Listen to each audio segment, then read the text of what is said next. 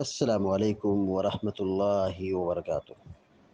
الحمد للہ رب العالمین والعاقبۃ للمتقین والصلاة والسلام علی اشرف الانبیاء والمرسلین نبینا محمد وعلی آلہ وصحبہ اجمعین وبعد۔ فقال اللہ عز وجل اعوذ باللہ من الشیطان الرجیم قال يا آدم أنبئهم بأسمائهم فلما أنبأهم بأسمائهم قال ألم أقل لكم إني أعلم غيب السماوات والأرض وأعلم ما تبدون وما كنتم تكتمون۔ سورة البقرہ کی آیت نمبر 33 ابھی آپ کے سامنے تلاوت کی گئی ہے۔ اللہ تبارک و تعالیٰ فرماتا ہے قال یا آدم انبئهم باسمائهم، اللہ رب العالمین نے آدم علیہ السلام سے کہا انبئهم، انہیں بتاؤ، فرشتوں کو بتاؤ، باسمائهم، ان کے ناموں کو، یعنی اللہ رب العالمین نے جو علم آدم علیہ السلام کو دیا تھا وہ علم فرشتوں کو نہیں دیا، تو فرشتوں نے معذرت طلب کر لی اور یہ کہا کہ ہمیں علم نہیں ہے، ہمیں اتنا ہی معلوم ہے جتنا کہ بتایا گیا ہے۔ اور آدم علیہ السلام کو پہلے سے سکھایا گیا تھا اشیاء کا علم،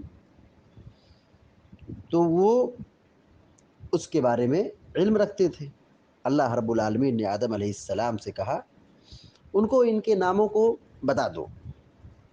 فلما انبأهم باسمائهم، تو جب حضرت آدم علیہ السلام نے ان ناموں کو بیان کر دیا، بتا دیا کہ یہ چیز ہے، اس کی یہ تاثیر ہے، اس کی یہ خاصیت ہے، یہ فلاں چیز ہے، یہ فلاں چیز ہے، یہ فلاں چیز ہے، جس کے بارے میں سوال کیا گیا تھا آدم علیہ السلام نے مکمل بتا دیا۔ جب اس چیز کو بیان کر دیا جو اللہ رب العالمین نے پوچھا تھا، تب اللہ رب العالمین نے کہا قال الم اقل لکم انی اعلم غیب السماوات والارض، اللہ تبارک و تعالیٰ کہتا ہے کیا میں تم سے نہیں بتایا تھا، نہیں کہا تھا کہ میں آسمان و زمین کے، زمین و آسمان کے چھپی باتوں کو جانتا ہوں۔ انی اعلم، میں سب سے زیادہ جانتا ہوں، غیب السماوات والارض، آسمان و زمین کی چھپی چیزوں کو، غیب یعنی وہ جو بغیر کسی حس و ادراک کے معلوم ہو، چھپی چیزیں۔ انسان کچھ چیزوں کو آلات کے ذریعے سے، مشین کے ذریعے سے پتہ کر لیتا ہے، یا بیک گراؤنڈ چیزوں کی خبر دے دیتا ہے، پیچھے کی باتوں کو، آگے کی باتوں کو بتا دیتا ہے مشین کے ذریعے سے، جیسے کیمرہ لگا ہوا ہے یا اس طریقے سے اور بہت ساری چیزیں ہیں، تو وہ غیب نہیں ہے۔ غیب کا مطلب یہ ہوا جو چیز چھپی ہو اور وہ خالق کی خاصیت ہے۔ اللہ رب العالمین کے سوا غیب کوئی نہیں جانتا ہے۔ یہی اللہ تبارک و تعالیٰ کہہ رہا ہے کہ میں زمین و آسمان کی چھپی چیزوں کو جانتا ہوں، یعنی اللہ تبارک و تعالیٰ کے سوا غیب کوئی نہیں جانتا ہے۔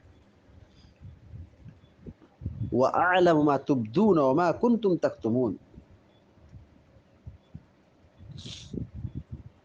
اور میں جانتا ہوں جس کو تم چھپاتے ہو اور جس کو تم ظاہر کرتے ہو، یعنی مخلوق چاہے اس کو ظاہر کرے یا پھر اس کو چھپا لے، اللہ تبارک و تعالیٰ ہمارا خالق ہے، وہ ہمارے بارے میں اور ہر چیز کے بارے میں اور ہر مخلوق کے بارے میں مکمل پوری خبر رکھتا ہے، مکمل جانکاری رکھتا ہے۔ اللہ تبارک و تعالی خالق ہے اور وہ صفت علم سے متصف ہے۔ الا یعلم من خلق وهو اللطیف الخبیر، کیا وہ نہ جانے جس نے پیدا کیا اور وہ نہایت باریک بھی اور خبر رکھنے والا ہے۔ یعنی باریک سے باریک چیز، چھوٹی سے چھوٹی چیز، ہر چیز پر اللہ تبارک و تعالیٰ کی نظر ہے۔ اللہ تعالیٰ ہر چیز کو جانتا ہے، دیکھتا ہے، سمجھتا ہے۔ انہ علیم بذات الصدور، اللہ تبارک و تعالیٰ سینے کے راز کو بھی جاننے والا ہے کہ ہمارے دل میں کیا کھٹکتا ہے، کیا عزائم ہے، کیا ارادے ہیں، کیا وسوسے ہیں، یا اس طریقے سے کیا بری نیت ہے، اللہ تبارک و تعالیٰ کو اس کا علم ہے۔ ان اللہ لا يخفى علیہ شیء فی الارض ولا فی السماء، اللہ تبارک و تعالیٰ پر کوئی چیز چاہے زمین میں ہو یا آسمان میں ہو مخفی اور پوشیدہ نہیں ہے۔ اللہ رب العالمین ہر چیز کا علم رکھنے والا ہے۔ تو یہاں پر جو باتیں بیان کی جا رہی تھی کہ اللہ رب العالمین نے آدم سے کہا بتا دو، آدم علیہ الصلاۃ والتسلیم نے وہ ساری چیزیں اور اشیاء کا جو علم تھا، اس کی جو تاثیر اور خاصیت تھی، سب ناموں کو اس کو واضح کر دیا۔ پہلی بات یہ معلوم ہے کہ علم کا سکھانے والا اللہ تبارک و تعالیٰ ہے۔ اور دوسری اس میں یہ کہ آدم علیہ الصلاۃ والسلام کی برتری اور آدم علیہ الصلاۃ والسلام کی فضیلت کی ان کو علم سے نوازا گیا۔ آدم علیہ السلام پہلے انسان ہیں اور انسانیت کا آغاز علم سے ہوا ہے۔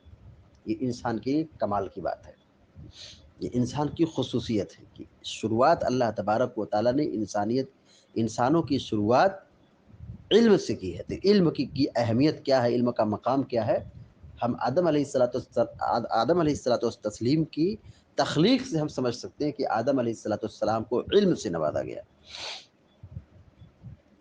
اور تیسری اہم بات یہ ہے کہ اللہ تبارک و تعالیٰ غیب داں ہے، غیب کو جاننے والا ہے، ڈھکی چھپی چیزوں کو مکمل علم رکھنے والا ہے، جاننے والا ہے، چاہے وہ زمین میں ہو یا آسمان میں ہو، سمندر کی گہرائی میں ہو، رات کی تاریکی میں ہو، یا کسی بلندی پر ہو، یا کسی صحرا اور جنگل بیابان میں ہو، کوئی بھی جگہ، کسی بھی جگہ، کہیں بھی کوئی چیز اللہ تبارک و تعالیٰ کے علم سے خارج نہیں ہے۔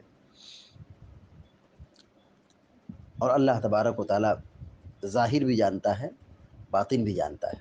اس لیے اللہ تبارک و تعالیٰ سے خوف کھانا چاہیے، اللہ تعالیٰ سے ڈرنا چاہیے، اور اللہ تبارک و تعالیٰ کی مخالفت اور نافرمانی سے اپنے آپ کو بچانا چاہیے۔ اللہ تعالیٰ سے دعا ہے کہ اللہ تعالیٰ ہم سب کو، آپ سب کو، سارے مسلمانوں کو نیک عمل کی توفیق عطا فرمائے اور ہر قسم کے شر اور فساد سے ہم سب کی حفاظت فرمائے۔ آمین یا رب العالمین۔ اقول قولی ھذا واستغفر اللہ لی ولکم ولسائر المسلمین فاستغفروه انه الغفور الرحیم، وصلی اللہ علی نبینا محمد وسلم تسلیما کثیرا۔ السلام علیکم ورحمۃ اللہ وبرکاتہ۔